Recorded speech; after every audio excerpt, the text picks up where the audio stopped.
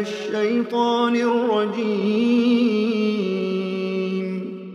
بسم الله الرحمن الرحيم. الحمد لله الذي أنزل على عبده الكتاب ولم يجعل له عوجا قيما لينذر بأسا شديدا من لدنه ويبشر المؤمنين الذين يعملون الصالحات أن لهم أجرا حسنا ماكثين فيه أبدا وينذر الذين قالوا اتخذ الله ولدا ما لهم به من علم ولا لآبائهم كبرت كلمة تخرج من أفواههم إن يقولون إلا كذبا فلعلك باخع نفسك على آثارهم إن لم يؤمنوا بهذا الحديث أسفا إنا جعلنا ما على الأرض زينة لها لنبلوهم أيهم أحسن عملا وإنا لجاعلون ما عليها صعيدا جرزا أم حسبت أن أصحاب الكهف والرقيم كانوا من آياتنا عجبا إذ أوى الفتية إلى الكهف فقالوا ربنا آتنا من لدنك رحمة وهيئ لنا من أمرنا رشدا فضربنا على آذانهم في الكهف سنين عددا ثم بعثناهم لنعلم أي الحزبين أحصى لما لبثوا أمدا نحن نقص عليك نبأهم بالحق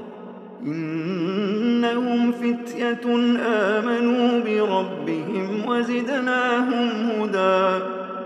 وربطنا على قلوبهم إذ قاموا فقالوا ربنا رب السماوات والأرض لن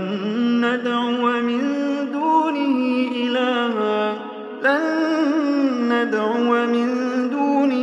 إلها لقد قلنا إذا شططا هؤلاء قوم اتخذوا من دونه آلهة لولا يأتون عليهم بسلطان بين فمن أظلم ممن افترى على الله كذبا وإذ اعتزلتموهم وما يعبدون إلا الله فأووا إلى الكهف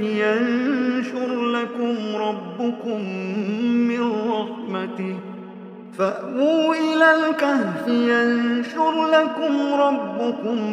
من رحمته ويهيئ لكم من أمركم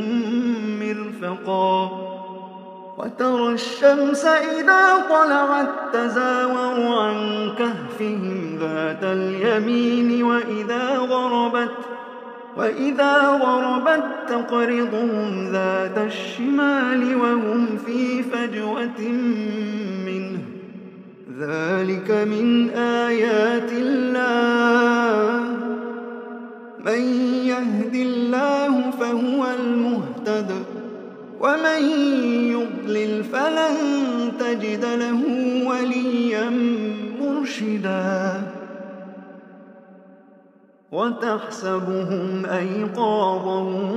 وهم رقود ونقلبهم ذات اليمين وذات الشمال وكلبهم باسط ذراعيه بالوصيد لو اطلعت عليهم لوليت منهم فرارا ولملئت منهم رعبا وكذلك بعثناهم ليتساءلوا بينهم قال قائل منهم كم لبثتم؟ قالوا لبثنا يوما أو بعض يوم. قالوا ربكم أعلم بما لبثتم فابعثوا أحدكم بورقكم هذه إلى المدينة فلينظر أيها أزكى طعاما فليأتكم برزق منه وليتلطف ولا يشعرن بكم أحدا. إنهم إن يظهروا عليكم يرجموكم أو يعيدوكم في ملتهم ولن تفلحوا إذن أبدا. وكذلك أعثرنا عليهم ليعلموا أن وعد الله حق وأن الساعة لا ريب فيها إذ يتنازعون بينهم أمرهم فقالوا بنوا عليهم بنيانا ربهم أعلم بهم. قال الذين غلبوا على أمرهم لنتخذن عليهم مسجدا. سيقولون ثلاثة رابعهم كلبهم ويقولون خمسة سادسهم كلبهم رجما بالغيب ويقولون سبعة وثامنهم كلبهم قل ربي أعلم بعدتهم ما يعلمهم إلا قليل فلا تمار فيهم إلا مراء ظاهرا ولا تستفت فيهم منهم أحدا ولا تقولن لشيء إني فاعل ذلك غدا إلا أن يشاء الله. واذكر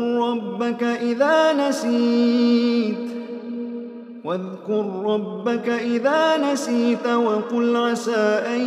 يهديني ربي لأقرب من هذا رشدا. ولبثوا في كهفهم 300 سنين وازدادوا 9 قل الله أعلم بما لبثوا له غيب السماوات والأرض أبصر به وأسمع ما لهم من دونه من ولي ولا يشرك في حكمه أحدا. واتل ما أوحي إليك من كتاب ربك لا مبدل لكلماته ولن تجد من دونه ملتحدا. واصبر نفسك مع الذين يدعون ربهم بالغداة والعشي يريدون وجهه ولا تعد عيناك عنهم تريد زينة الحياة الدنيا ولا تطع من أغفلنا قلبه عن ذكرنا واتبع هواه وكان أمره فرطا. وقل الحق من ربكم فمن شاء فليؤمن ومن شاء فليكفر. إنا أعتدنا للظالمين نارا أحاط بهم سرادقها وإن يستغيثوا يغاثوا بماء كالمهل يشوي الوجوه بئس الشراب وساءت مرتفقا. إن الذين آمنوا وعملوا الصالحات إنا لا نضيع أجر من أحسن عملا أولئك لهم جنات عدن تجري من تحتهم الأنهار يحلون فيها من أساور من ذهب ويلبسون ثيابا خضرا من سندس واستبرق ويلبسون ثيابا خضرا من سندس وإستبرق متكئين فيها على الأرائك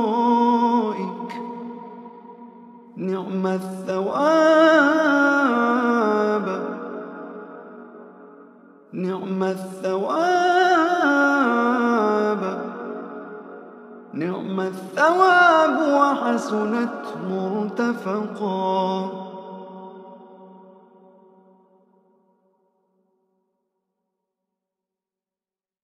واضرب لهم مثلا الرجلين جعلنا لأحدهما جنتين من أعناب وحففناهما بنخل وجعلنا بينهما زرعا كلتا الجنتين آتت أكلها ولم تظلم منه شيئا وفجرنا خلالهما نهرا وكان له ثمر فقال لصاحبه وهو يحاوره أنا أكثر منك مالا وأعز نفرا ودخل جنته وهو ظالم لنفسه قال ما أظن أن تبيد هذه أبدا وما أظن الساعة قائمة ولئن رددت إلى ربي لأجدن خيرا منها منقلبا. قال له صاحبه وهو يحاوره أكفرت بالذي خلقك من تراب ثم من نطفة ثم سواك رجلا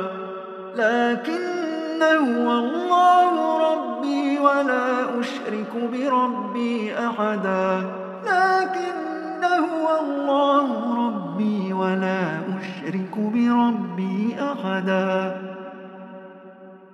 ولولا إذ دخلت جنتك قلت ما شاء الله لا قوة إلا بالله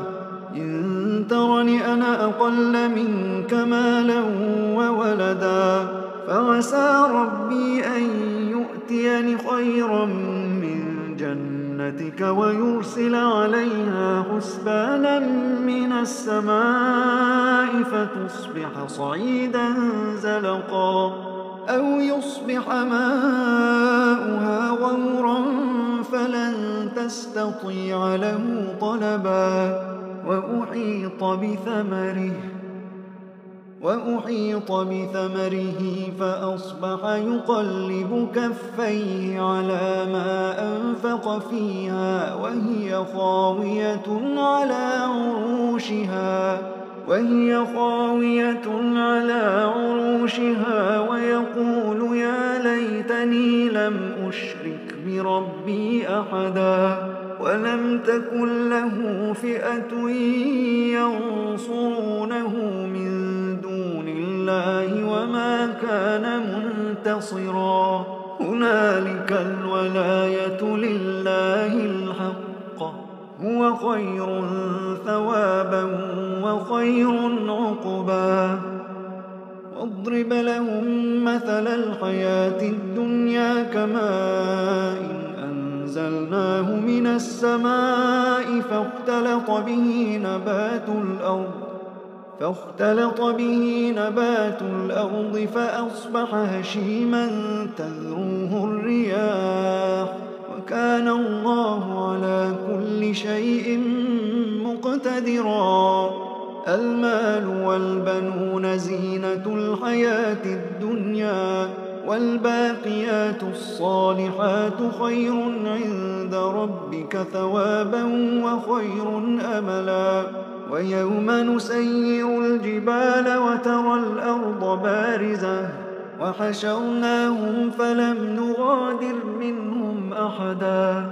وعرضوا على ربك صفا لقد جئتمونا كما خلقناكم أول مرة بل زعمتم أن لن نجعل لكم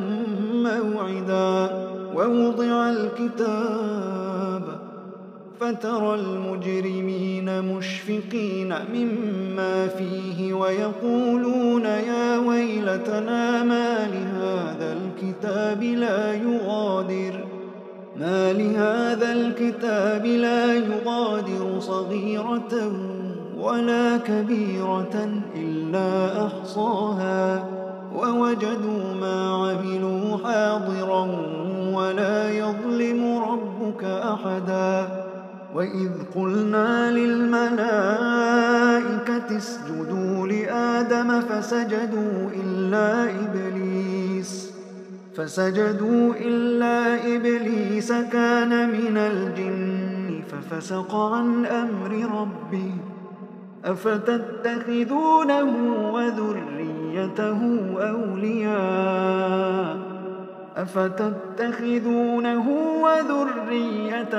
أولياء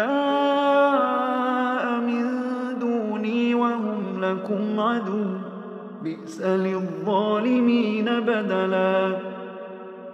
ما أشهدتهم خلق السماوات والأرض ولا خلق أنفسهم وما كنت متخذ المضلين عضدا ويوم يقول نادوا شركائي الذين زعمتم فدعوهم فلم يستجيبوا لهم وجعلنا بينهم موبقا ورأى المجرمون النار فظنوا أنهم مواقعوها ولم يجدوا عنها مصرفا ولقد صرفنا في هذا القرآن للناس من كل مثل وكان الإنسان أكثر شيء جدلا وما منع الناس أن يؤمنوا إذ جاءهم الهدى ويستغفروا ربهم إلا أن تأتيهم سنة الأولين أو يأتيهم العذاب قبلا وما نرسل المرسلين إلا مبشرين ومنذرين ويجادل الذين كفروا بالباطل ليدحضوا به الحق واتخذوا آياتي وما أنذروا هزوا ومن أظلم ممن ذكر بآيات ربه فأعرض عنها ونسي ما قدمت يداه إنا جعلنا على قلوبهم أكنة أن يفقهوا وفي آذانهم وقرا وإن تدعهم إلى الهدى فلن يهتدوا إذا أبدا وربك الغفور ذو الرحمة لو يؤاخذهم بما كسبوا لعجل لهم العذاب بل لهم موعد لن يجدوا من دونه موئلا وتلك القرى أهلكناهم لما ظلموا وجعلنا لمهلكهم موعدا وإذ قال موسى لفتاه لا أبرح حتى أبلغ مجمع البحرين أو أمضي حقبا فلما بلغا مجمع بينهما نسيا حوتهما فاتخذ سبيله في البحر سربا فلما جاوزا قال لفتاه آتنا غداءنا لقد لقينا من سفرنا هذا نصبا قال أرأيت إذ أوينا إلى الصخرة فإني نسيت الحوت وما أنسانيه إلا الشيطان أن أذكره واتخذ سبيله في البحر عجبا قال ذلك ما كنا نبغ قال ذلك ما كنا نبغي فارتدا على آثارهما قصصا فوجدا عبدا من عبادنا آتيناه رحمة من عندنا وعلمناه من لدنا علما قال له موسى هل أتبعك على أن تعلمني مما علمت رشدا قال إنك لن تستطيع معي صبرا وكيف تصبر على ما لم تحط به خبرا قال ستجدني إن شاء الله صابرا ولا أعصي لك أمرا قال فإن اتبعتني فلا تسألني عن شيء حتى أحدث لك منه ذكرا فانطلقا حتى إذا ركبا في السفينة خرقها قال أخرقتها لتغرق أهلها لقد جئت شيئا إمرا قال ألم أقل إنك لن تستطيع معي صبرا قال لا تؤاخذني بما نسيت ولا ترهقني من أمري عسرا فانطلقا حتى إذا لقيا غلاما فقتله قال أقتلت نفسا زكية بغير نفس لقد جئت شيئا نكرا قال ألم أقل لك إنك لن تستطيع معي صبرا قال إن سألتك عن شيء بعدها فلا تصاحبني قد بلغت من لدني عذرا فانطلقا حتى إذا أتيا أهل قرية استطعما أهلها فأبوا أن يضيفوهما فوجدا فيها جدارا يريد أن ينقض فأقامه قال لو شئت لاتخذت عليه أجرا قال هذا فراق بيني وبينك سأنبئك بتأويل ما لم تستطع عليه صبرا أما السفينة فكانت لمساكين يعملون في البحر فأردت أن أعيبها وكان وراءهم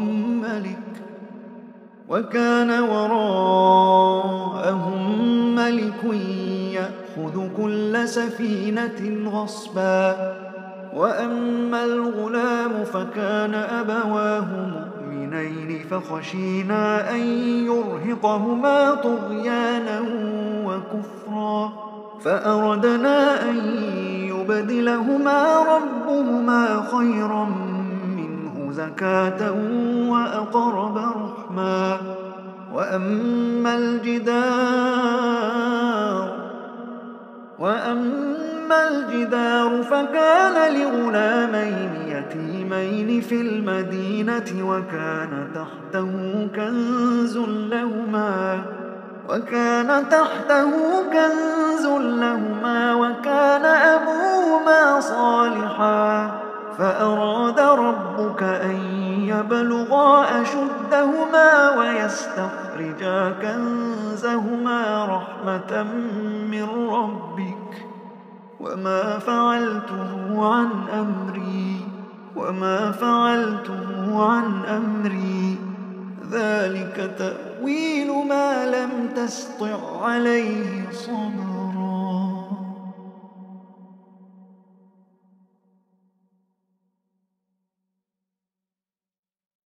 ويسألونك عن ذي القرنين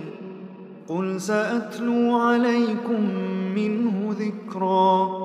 إنا مكنا له في الأرض وآتيناه من كل شيء سببا فأتبع سببا حتى إذا بلغ مغرب الشمس وجدها تغرب في عين حمئة ووجد عندها قوما. قلنا يا ذا القرنين إما أن تعذب وإما أن تتخذ فيهم حسنا. قال أما من ظلم فسوف نعذبه ثم يرد إلى ربه فيعذبه عذابا نكرا. وأما من آمن وعمل صالحا فله جزاء الحسنى وسنقول له من أمرنا يسرا. ثم أتبع سببا حتى إذا بلغ مطلع الشمس وجدها تطلع على قوم لم نجعل لهم من دونها سترا. كذلك وقد أحطنا بما لديه خبرا. ثم أتبع سببا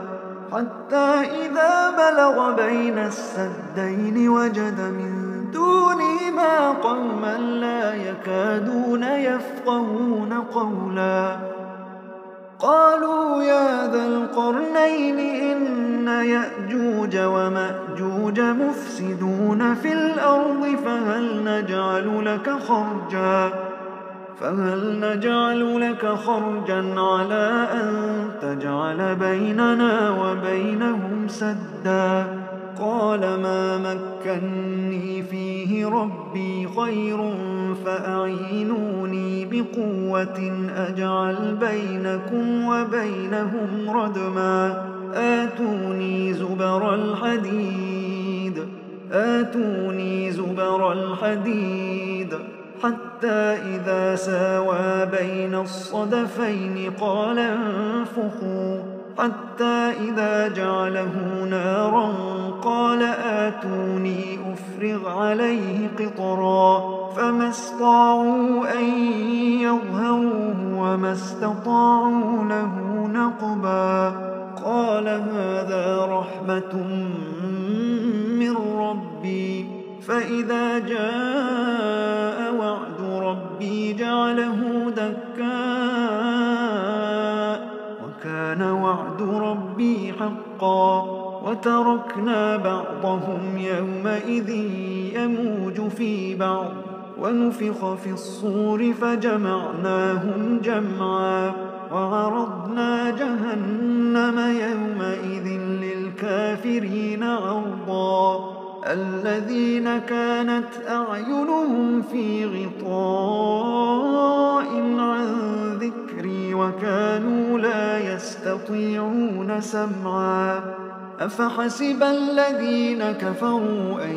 يتخذوا عبادي من دوني أولياء إنا أعتدنا جهنم للكافرين نزلا. قل هل ننبئكم بالأخسرين أعمالا الذين ضل سعيهم في الحياة الدنيا وهم يحسبون أنهم يحسنون صنعا. أولئك الذين كفروا بآيات ربهم ولقائه